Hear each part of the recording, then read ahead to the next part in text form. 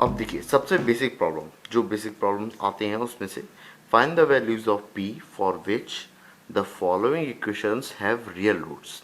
ठीक है, real root के लिए बताना है। ठीक है, तो अगर रियल रूट के लिए बताना है इसका मतलब मेरे को ये पता है कि नेचर ऑफ रूट्स में जो d होता है, ये d है ना, ये d की तीन कंडीशंस होती हैं। क्या? जब d मेरा क्या हो, ग्रेटर देन ज़ीरो हो तो रियल होता है और डिस्टिंक्ट होते हैं रूट्स, है ना। जब d इक्वल टू ज़ीरो होता है तो रियल भी होते हैं और इक्वल भी होते हैं, और d लेस देन ज़ीरो होता है तो क्या होते हैं, इमेजिनरी, है ना। ये चीज़ मुझे पता है ना। अब मुझे चेक करना है सिर्फ रियल के लिए। उसने डिस्टिंक्ट और इक्वल के बारे में नहीं बोला, उसने बोला सिर्फ रियल। तो रियल के लिए ग्रेटर देन भी चल जाएगा और इक्वल टू भी चल जाएगा। मतलब मेरे को जो कंडीशन चेक करना है वो क्या चेक करना है, greater than equal to zero, है ना, ये चेक करना है। अब मुझे पता है डी क्या होता है, डी होता है b square minus four a c. तो मुझे क्या चेक करना है, b square minus four a c greater than equal to zero कब कब होगा, बस ये अप्लाई कर देता हूँ। अब b कितना है, इसमें 2 है, तो ये 2 का स्क्वायर कितना आ जाएगा, 2 का स्क्वायर, अरे यार हाँ, माइनस फोर, a कितना है p और c कितना है 1,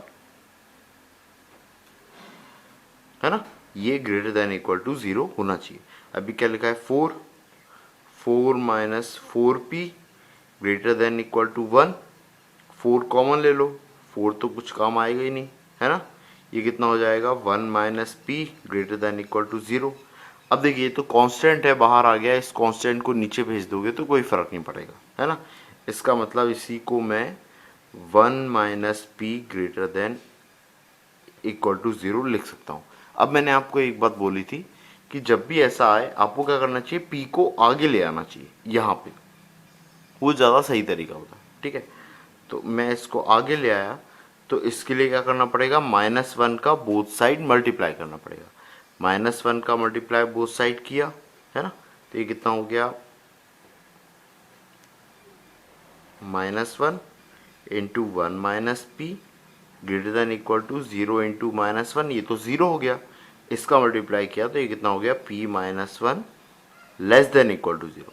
माइनस वन का मल्टीप्लाई किया, एक्चुअली माइनस वन का मल्टीप्लाई करने पे यहीं पे साइन चेंज हो जाता है ना। सो ये साइन ऐसा कुछ रहता है ना, ये हो गया।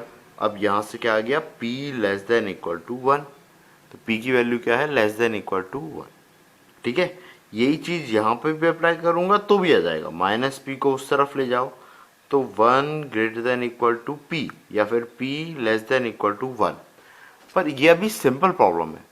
मैं आपको जब भी क्रिटिकल प्रॉब्लम आती है, जब ज़्यादा टर्म्स आ जाती है ना, उस केस के लिए प्रिपेयर करना चाहता हूँ कि आपको ऐसा आ रहा हो ना, तो बेटर है आप ऐसा कन्वर्ट कर लो। ठीक है, ये इजी प्रॉब्लम में तो आप कर पा रहे हो, लेकिन जब 3-4 टर्म आ जाती हैं और कॉम्प्लेक्स हो जाता है ना, तब फिर दिक्कत नहीं होती, क्योंकि आपको दिक्कत होती है क्योंकि आपको आदत नहीं होती। तो अभी आदत डालो तो वो ज़्यादा बेटर है। ठीक है, ऐसे ही ये वाला प्रॉब्लम बहुत ही बेसिक है, सिंपल सा। इसमें भी क्या करना है आपको, रियल रूट चाहिए है, मतलब बी स्क्वायर, इसको चेंज ही कर लेते हैं पर ये वाला लेते हैं। ठीक है, तो मेरे को क्या चाहिए, b square minus four a c कैसा चाहिए, greater than equal to zero चाहिए, है ना। अब b कितना है मेरा, p का स्क्वायर माइनस फोर, a कितना है 5 और ये 5 मतलब 25, और ये greater than equal to zero, ये कितना हो गया, p square minus 100 greater than equal to zero. अब मैंने आपको बोला था जब भी ऐसा कुछ आए, तो आपको क्या करना चाहिए, ए स्क्वायर माइनस बी स्क्वायर का फॉर्म लेना चाहिए। अब अगर ये परफेक्ट स्क्वायर नहीं भी बन रहा है ना, तो भी आप रूट का ले लो, वो ज़्यादा सही तरीका है, लेकिन आप फैक्टराइज ज़रूर करो उसे। ठीक है, वो एक सही तरीका होता है। तो ये पी स्क्वायर माइनस 10 का स्क्वायर है, इसको लिख सकता हूँ p plus 10, p minus 10, greater than equal to 0, number line पे प्लॉट करेंगे, पहले -10 फिर +10, ठीक है। उसके बाद में ऊपर से लिया मैंने ऐसे करके और ऐसे।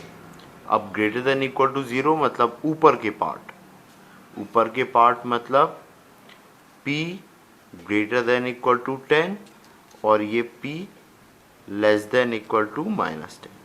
तो दो केस आ गए, एक तो क्या -∞ से -10 है ना, और 10 टू इन्फिनिटी, ये दो केस आ गए इसका यूनियन। तो p किसको बिलोंग कर रहा है, -∞ से -10 यूनियन 10 टू इन्फिनिटी। इस वाले केस में क्या आ रहा था, p less than equal to 1, मतलब ऐसा लिख सकता हूँ -∞ से, इसको ऐसा भी लिख सकता हूँ -∞ से 1 तक, ठीक है। इतना क्लियर है ना। अब और भी देखते हैं ऐसे सिंपल प्रॉब्लम, दो चार और। हाँ, तो देखिए अगला जो मेरा टाइप है क्वेश्चन का वो क्या है, for what values of k the quadratic equation k - 1 into x square plus k x plus k plus 1 equal to 0 has real roots. इसके क्या होना चाहिए, रियल रूट्स होना चाहिए। रियल रूट्स के लिए सिंपल सी कंडीशन है, b square minus 4ac greater than equal to 0 होना चाहिए, है ना। b क्या है आपका k, ये लिखा k का स्क्वायर माइनस 4, a कितना है k माइनस 1, ये लिखा k माइनस 1, c कितना है k प्लस 1, ये लिखा k प्लस 1, है ना, और ये ग्रेटर देन इक्वल टू 0 होना चाहिए, ठीक है। यहाँ तक कोई दिक्कत है, कोई दिक्कत नहीं, ठीक है।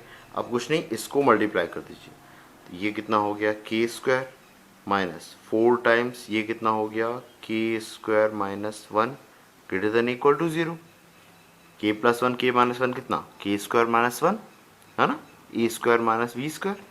अब ये माइनस का 4k स्क्वायर और प्लस का k स्क्वायर, मतलब कि ऐसा कुछ लिखा है, और -4 अंदर मल्टीप्लाई करोगे तो +4, ये कितना हो गया, देखो ये हो गया -3k स्क्वायर और ये +4,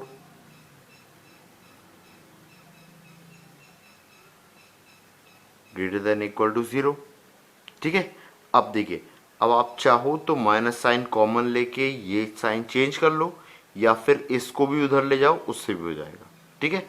पर हम क्या करेंगे, हम माइनस साइन कॉमन लेंगे, है ना, और माइनस साइन कॉमन लेने के बाद में 3k square minus 4 greater than equal to 0, ये साइन आपने नीचे किया, और इसको a square minus b square का फॉर्म लिख लीजिए, है ना, ताकि ये टर्म कैसी बन जाएगी, √3k माइनस 2 और √3k प्लस 2, और ये माइनस इधर आया तो ये लेस देन 0। तो क्या किया है मैंने, कुछ नहीं किया है, a square minus b square का फॉर्म लिखा है और उसको यहाँ पे a minus b a plus b लिख दिया है। ये होगा √3 इंटू के का होल स्क्वायर, और ये 4 होगा 2 का स्क्वायर, तो ये यहाँ पे लिखा है, ठीक है। माइनस साइन को माइनस से मल्टीप्लाई किया तो ये ग्रेटर देन इक्वल टू का sign less than equal to का साइन हो गया, है ना।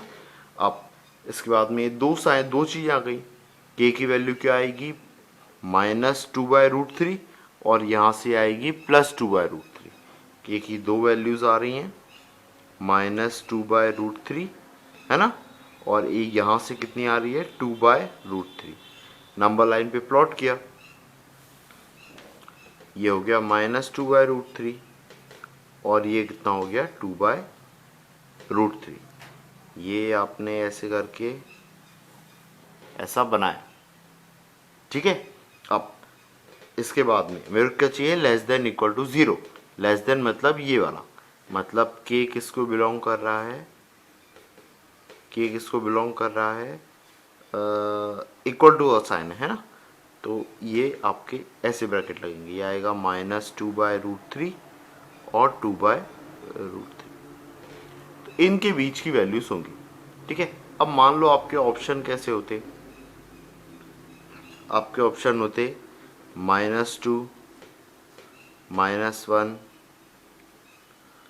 0 और 1। तो इसमें से कौन कौन से ऑप्शन करेक्ट हो सकते हैं, ठीक है। अब देखिए, अगर मैं नंबर लाइन देखूं, है ना, तो ये वाला पार्ट कितना, इसको लिखता हूँ -2, -1, ये लिखता हूँ 0 और ये लिखता हूँ 1। अब देखिए ये दोनों नंबर कहाँ कहाँ पे आ रहे हैं। ये है √3। अब -2/√3 मैं कैसे प्लॉट करूँ, थोड़ा सा मेरे को आइडिया नहीं होगा कि यार ये -2/√3 है तो इसकी वैल्यू कितनी हो सकती है, ठीक है ना। तो इसीलिए हम लोग क्या करते हैं, रेशलाइज करते हैं। क्या करते हैं, रेशलाइज, है ना। अभी ऐसे आप अंदाजे से तो बता ही सकते हो भाई √3 की वैल्यू क्या होती है, 1.732, है ना। तो 2 से 1.732 छोटा है, मतलब 1 तो जा ही रहा होगा, कम से कम 1 तो जा ही रहा होगा, है ना। और -2 मतलब ये कम से कम 1 जा रहा होगा, 1 से बड़ा होगा, और 2 लिखा है मतलब 2 से छोटा होगा, है ना। तो 1 और 2 के बीच में कोई नंबर होगा, और ऐसे ही -2 और -1 के बीच में कोई नंबर होगा, है ना। तो इन दोनों के बीच के नंबर लेना है आपको, है ना। तो इनके बीच के नंबर के ऑप्शन कौन कौन है, -1 है, 0 है और 1 है। तो ये 3 आपके करेक्ट हो जाएंगे ऑप्शन, है ना। ये k की 3 वैल्यू पॉसिबल है, जिसके लिए इसके रूट्स डेफिनेटली क्या होंगे, रियल होंगे, ठीक है। चौथा वाला नंबर इसकी रेंज में नहीं आ रहा है, ठीक है ना। तो ये वाला नहीं होगा, ठीक है। तो ये मल्टीपल ऑप्शन भी इस तरीके से बना सकते हैं, है ना। k की कौन सी वैल्यूज के लिए ये कंडीशन ट्रू है, तो ये मल्टीपल ऑप्शन बना लिया अपने, है ना। रेंज में आंसर दिया है तो ये रेंज होगी, ठीक है ना, क्लियर है।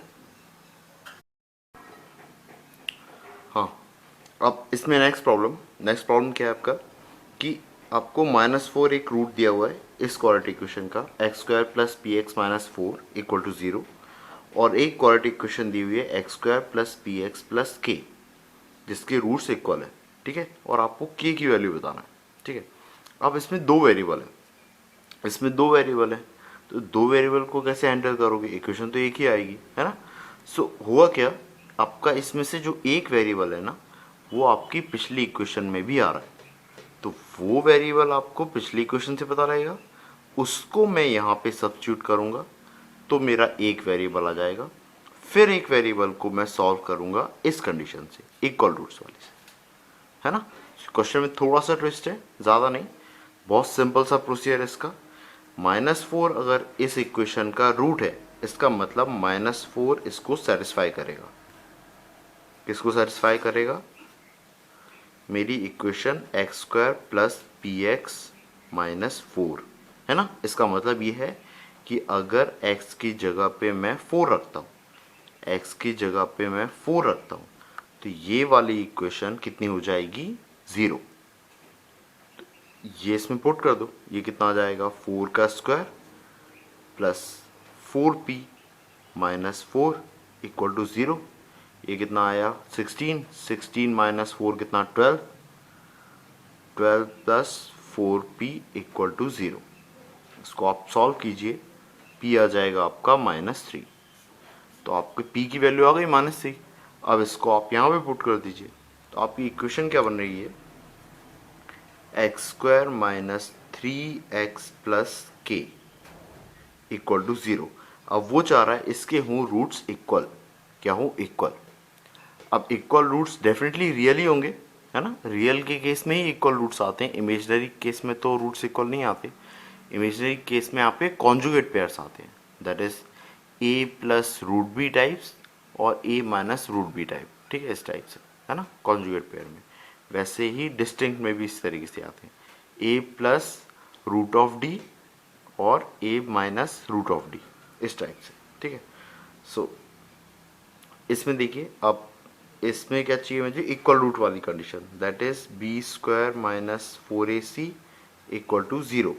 b कितना है, 3, तो 3 का स्क्वायर दैट इज 9, माइनस, ये स्क्वायर नहीं है, 9 ही लिखा है सिर्फ, ठीक है, कंफ्यूज मत होना, गलती से लिखा गया था, ठीक है। 4, a कितना है 1, c कितना है k = 0। तो यहाँ से आपका k कितना आ जाएगा, 9/4, 4।